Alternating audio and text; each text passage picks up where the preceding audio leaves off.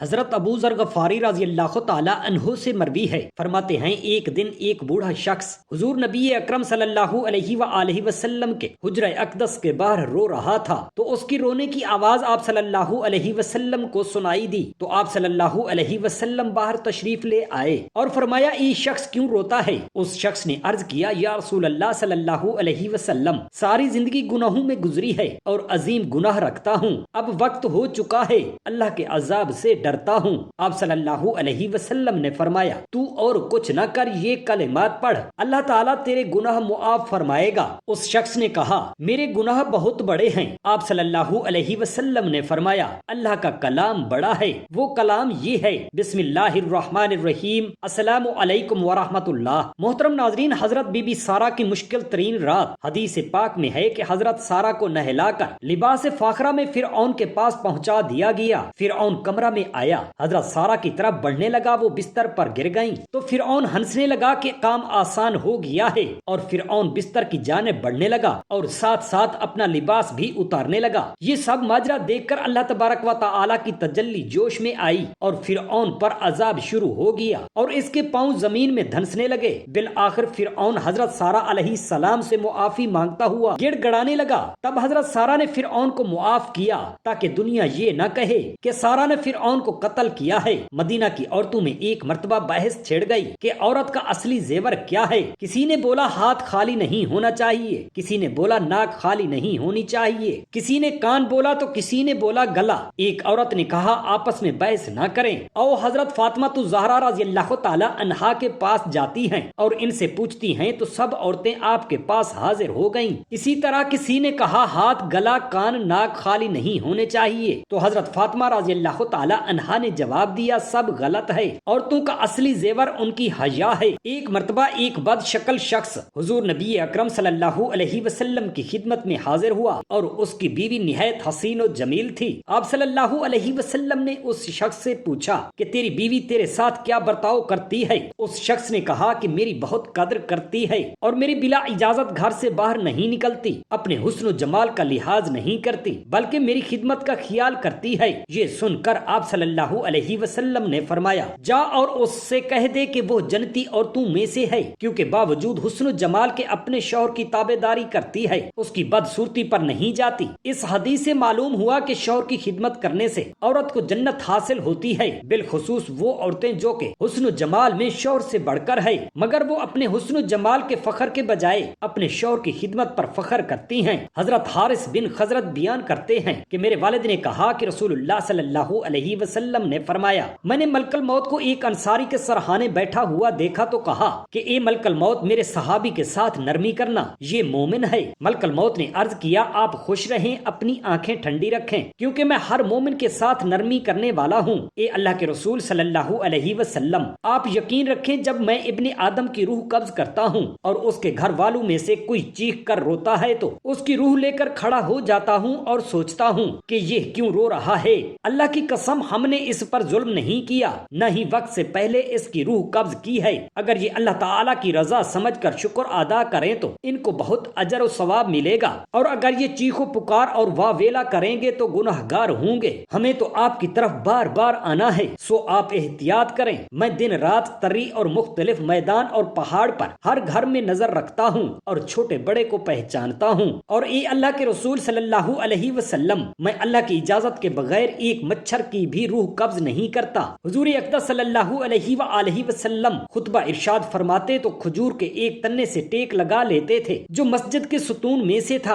پھر جب حضور صلی اللہ علیہ وسلم کے لیے ممبر بنا دیا گیا تو آپ اس پر جلوہ گر ہو گئے، تو جس تنے کے پاس آپ خطبہ پڑھتے تھے وہ رونے لگا، قریب تھا کہ وہ پھٹ جاتا۔ حضور نبی کریم صلی اللہ علیہ وسلم ممبر سے اترے اور تنے کو پکڑا، اپنے سینہ مبارک سے چمٹا لیا تو وہ تنا سسکیاں بھرنے لگا حتیٰ کہ خاموش ہو گیا۔ اس ستون کا نام استوان حنانہ ہے۔ رونے کی آواز سب صحابہ نے سنی۔ جمعہ والے دن حضور اس سے ٹیک لگاتے اور یہ ستون حضور کی پشت مبارک کے بوسے لیتا، اس سے حضور کی جدائی برداشت نہ ہوئی تو زارو قطار رونے لگا۔ حضرت ابو ہریرہ رضی اللہ تعالی عنہ روایت کرتے ہیں کہ ایک شخص حضور نبی اکرم صلی اللہ علیہ وسلم کی خدمت میں حاضر ہوا اور عرض کیا یا رسول اللہ صلی اللہ علیہ وسلم، میں نے اپنی بیٹی کا نکاح کر دیا ہے اور اسے اس کے خاوند محمد کے پاس بھیجنا چاہتا ہوں، میرے پاس کوئی خوشبو نہیں، آپ کچھ عنایت فرما دیں۔ آپ صلی اللہ علیہ وسلم نے ارشاد فرمایا، میرے پاس اب تو کچھ نہیں، کل صبح ایک چوڑے منہ والی شیشی اور کسی درخت کی لکڑی میرے پاس لے آنا۔ دوسرے روز وہ شخص چوڑے منہ والی شیشی اور ایک لکڑی کا ٹکڑا لے کر حاضر خدمت ہوا۔ آپ صلی اللہ علیہ وسلم نے اپنے دونوں ہاتھوں سے اس شیشی میں اپنا پسینہ ڈالنا شروع کر دیا یہاں تک کہ وہ بھر گئی۔ پھر فرمایا کہ اسے لے جا اور اپنی بیٹی سے کہہ دینا کہ اس لکڑی کو شیشی میں تر کر کے اپنے جسم میں مل لیا کرے۔ بس جب وہ آپ کے پسینہ مبارک کو لگاتی تو تمام اہل مدینہ کو اس کی خوشبو پہنچتی، یہاں تک کہ ان کے گھر کا نام خوشبو والوں کا گھر ہو گیا۔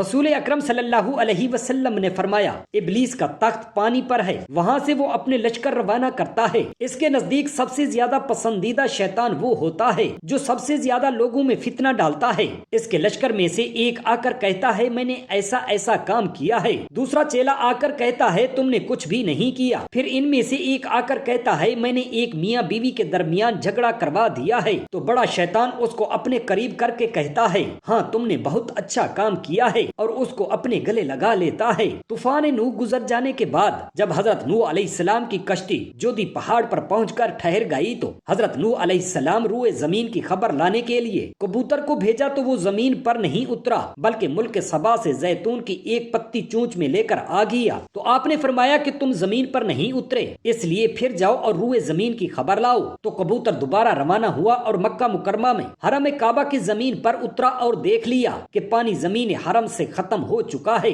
اور سرخ رنگ کی مٹی زہر ہو گئی ہے۔ کبوتر کے دونوں پاؤں سرخ مٹی سے رنگین ہو گئے اور وہ اسی حالت میں حضرت نوح علیہ السلام کے پاس واپس آ گیا اور عرض کیا کہ اے خدا کے پیغمبر، آپ میرے گلے میں ایک خوبصورت توق عطا فرمائیے اور میرے پاؤں میں سرخ خطاب مرحمت فرمائیے اور مجھے زمین حرم میں سکونت کا شرف عطا فرمائیے۔ چنانچہ حضرت نوح علیہ السلام نے کبوتر کے سر پر دست شفقت پھیرا اور اس کے لیے یہ دعا فرما دی کہ اس کے گلے میں دھاری دار کا ایک خوبصورت ہار پڑا رہے اور اس کے پاؤں سرخ ہو جائیں اور اس کی نسل میں خیر و برکت رہے اور اس کو زمین حرم میں سکونت کا شرف ملے۔ چنانچہ حضرت نوح علیہ السلام کی یہ دعا قبول ہوئی اور کبوتر کا پاؤں ہمیشہ کے لیے سرخ ہو گیا۔ حافظ ابن کثیر اور حافظ ابن عساکر رحمت اللہ علیہ عبداللہ بن حذافہ کا واقعہ بیان کرتے ہیں کہ آپ کو رومی کافروں نے قید کر لیا اور اپنے بادشاہ کے پاس پہنچا دیا۔ بادشاہ نے آپ سے کہا کہ تم نصرانی بن جاؤ، میں تمہیں اپنے راج پاٹ میں شریک کر لیتا ہوں اور اپنی شہزادی کو تمہارے نکاح میں بھی دے دیتا ہوں۔ عبداللہ بن حذافہ نے جواب دیا اگر تم مجھے اپنی بادشاہ دے دو اور تمام عرب کا راج بھی مجھے سونپ دو اور یہ چاہے کہ میں ایک آنکھ جھپکنے کے برابر بھی اپنے دین محمدی صلی اللہ علیہ وسلم سے پھر جاؤں تو یہ بھی ناممکن ہے۔ بادشاہ نے کہا پھر تجھے قتل کر دوں گا۔ حضرت عبداللہ بن حذافہ نے جواب دیا کہ ہاں یہ تجھے اختیار ہے۔ چنانچہ اسی وقت بادشاہ نے حکم دیا اور انہیں سلیب پر چڑھا دیا اور تیر اندازوں نے قریب سے حکم بادشاہ کے ہاتھ پاؤں اور جسم کو چھیدنا شروع کر دیا۔ بار بار کہا جاتا کہ اب بھی نصرانیت قبول کر لو اور آپ پورے صبر و استقلال سے فرماتے جا رہے تھے کہ ہرگز نہیں۔ آخر بادشاہ نے طرح طرح کی اذیتیں پہنچائیں لیکن پھر بھی اپنے ایمان پر بنے رہے۔ بالآخر بادشاہ کی بھٹی میں چڑھانے کا حکم دیا اور بھٹی میں لے گئے تو عبداللہ بن حذیفہ کی آنکھوں سے آنسو نکل آئے تو بادشاہ نے کہا اتنی اذیتیں دی گئی ہیں لیکن اپنے دین محمدی میں ڈٹے رہے اور اب یہ آنسو کیسے؟ تو عبداللہ بن حذیفہ نے فرمایا کہ آج ایک ہی جان ہے جسے راہ خدا میں قربان کر رہا ہوں، کاش میرے پاس ہزاروں جانیں ہوتی تو قربان کر دیتا۔ حضرت مالک بن دینار ایک مرتبہ بازار تشریف لے گئے، حسن اتفاق سے اس وقت سامنے سے بادشاہ سلامت کی سواری آ رہی تھی۔ سواری کو راستہ دلوانے کے لیے پہرے دار لوگوں کو ادھر ادھر ہٹانے کے لیے ایک شور بلند کیا۔ حضرت مالک بن دینار رحمت اللہ علیہ اس قدر کمزوری محسوس کر رہے تھے کہ انہیں راستے سے ہٹنے میں تھوڑی تاخیر ہو گئی۔ چنانچہ ایک پہرے دار نے آپ کو زور سے کوڑا مارا۔ تکلیف کی اس حالت میں آپ کے منہ سے اس پہرے دار کے بارے میں یہ کلمہ نکل گیا کہ خدا کرے کہ تیرے ہاتھ کٹوا دیے جائیں۔ پھر کیا تھا، چند ہی روز بعد کسی جرم کی پاداش میں اس پہرے دار کے ہاتھ کٹوا دیے گئے۔ تاہم آپ کو اس کی یہ حالت دیکھ کر انتہائی فلک تاہم ہوا اور آپ نے دل میں کہا کہ کاش کرب کی حالت میں میرے منہ سے پہرے دار کے بارے میں برا کلمہ نہ نکلتا۔ حضرت بی بی آمنہ کے شوہر حضرت عبداللہ کی وفات کو 6 سال گزر چکے تھے۔ حضرت آمنہ اپنے شوہر حضرت عبداللہ کو بہت یاد کرتی تھیں اور اکثر انہیں یاد کر کے رویا کرتی تھیں، لیکن قسمت کا فیصلہ 6 سال گزر چکے اور ابھی تک اپنے شوہر کی قبر پر جانے کا موقع نہ مل سکا۔ آخر بے چین ہو کر ایک دن حضرت عبد المطلب سے کہا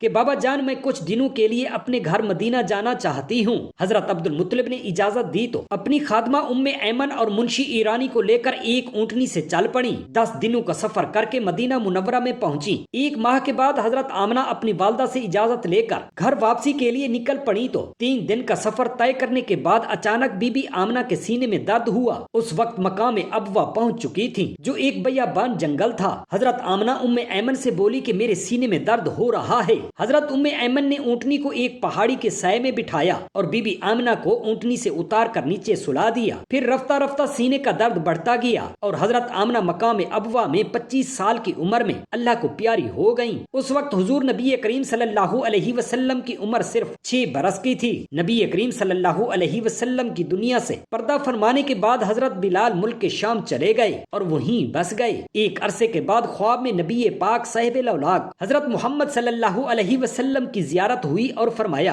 اے بلال ہمیں ملنا کیوں چھوڑ دیا ہے؟ آنکھ کھلتے ہی مدینہ کے لیے روانہ ہو گئے۔ کئی دنوں کی مسافت کے بعد مدینہ منورہ پہنچے، مسجد میں حاضری دی اور روضہ رسول صلی اللہ علیہ وسلم پر پہنچے۔ وہیں بے ہوش ہو کر گر پڑے۔ جب ہوش میں آئے اہل مدینہ نے کہا ایک بار وہی آذان سنا دیں۔ سرکار کے زمانہ والی حضرت بلال رضی اللہ تعالی عنہ نے معذرت کی کہ اب مجھ سے برداشت نہیں ہوگا۔ لوگوں نے حسنین کریمین سے کہلوایا، انکار ناممکن تھا، اذان شروع کر دی تو اہل مدینہ رو پڑے، دل قابو میں نہ رہے۔ پیارے آقا کا زمانہ تازہ ہو گیا۔ عورتیں بچے سب اپنے اپنے گھروں سے نکل آئے، غم سے نڈھال ہیں، بے قرار ہیں، ہچکیاں بند گئی ہیں۔ جب کہا اشہد ان محمد رسول اللہ، لوگ چیخیں مار کر رونے لگے۔ حضرت بلال رضی اللہ تعالی عنہ کی نظر ممبر رسول پر پڑی، ممبر خالی تھا، سرکار نہیں تھے، ممبر خالی دیکھ کر گر پڑے، بے ہوش ہو گئے، اذان مکمل نہ کر سکے۔ جب ہوش میں آئے تو اٹھے، روتے ہوئے ملک کے شام کی طرف روانہ ہو گئے۔ حضرت ابو ہریرہ رضی اللہ تعالی عنہ سے روایت ہے،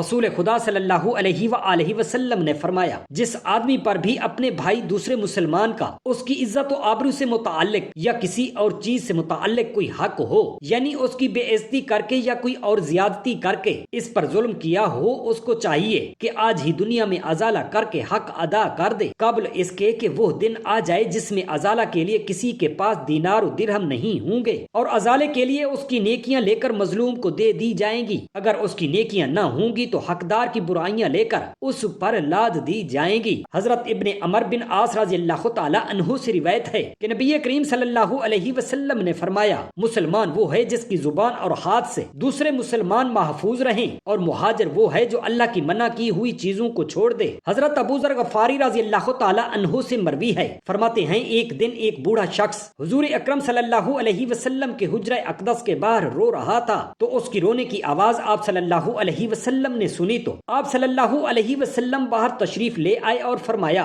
یہ شخص کیوں روتا ہے؟ اس شخص نے عرض کیا، یا رسول اللہ صلی اللہ علیہ وسلم، ساری زندگی گناہوں میں گزری ہے اور عظیم گناہ رکھتا ہوں، اب وقت ہو چکا ہے کہ اللہ کے عذاب سے ڈرتا ہوں۔ آپ صلی اللہ علیہ وسلم نے فرمایا، تو اور کچھ نہ کر، یہ کلمات پڑھ، اللہ تعالیٰ تیرے گناہ معاف فرمائے گا۔ وہ دعا یہ ہے، اللہم انی ظلمت نفسی ظلما کثیرا ولا یغفر الذنوب الا انت فاغفر لی مغفرۃ من عندک وارحمنی انک انت الغفور الرحیم۔ حضرت خواجہ حسن بصری کے زمانے میں امام ابو عمر رحمۃ اللہ علیہ قرآن پڑھایا کرتے تھے۔ ایک مرتبہ ان کے پاس کوئی شخص قرآن پڑھنے آیا، آپ نے اس کو پڑھانے میں بخل و خیانت کا ارتکاب کیا، اس جرم میں اللہ تعالیٰ نے انہیں سارا کلام حکیم بھلا دیا۔ وہ روتے ہوئے خواجہ حسن بصری کے پاس گئے اور سارا معاملہ بیان کیا۔ خواجہ حسن نے فرمایا، اے شخص تو حج کو روانہ ہو جا، کیونکہ آج کل حج کے ایام ہیں، اور جب تو حج سے فارغ ہو جائے تو مسجد خائف میں ایک بزرگ محراب میں بیٹھے ہوئے ملیں گے، وہ درود و وظائف میں مشغول ہوں گے، وہ جب تک اپنے معمولات سے فارغ نہ ہو جائیں تو ان سے بات نہ کرنا، جب وہ فارغ ہو جائے تو تم اپنی حاجت بیان کرنا، ان کی دعا سے پھر تمہیں قرآن حکیم یاد ہو جائے گا۔ ابو عمر نے خواجہ حسن کے حکم کی تعمیل کی، حج ادا کیا، پھر مسجد خیف پہنچے اور مسجد کے محراب میں ایک بزرگ کو دیکھا، بہت سارے لوگ اس کے ارد گرد بیٹھے ہوئے تھے۔ تھوڑی دیر بعد سفید پوش پاکیزہ لباس والا ایک شخص وہاں آیا، سب لوگ اس کے گرد بیٹھ گئے، کچھ دیر باتیں ہوئیں اور اتنے میں نماز کا وقت ہو گیا۔ سفید لباس والا شخص وہاں سے چلا گیا، دوسرے لوگ بھی چلے گئے۔ جب وہ بزرگ تنہا رہ گئے تو ابو عمر رحمۃ اللہ علیہ ان کے پاس پہنچے اور بعد ان سے اپنا سارا مسئلہ بیان کیا، پھر دعا کی درخواست کی۔ ان بزرگ نے آسمان کی طرف دیکھا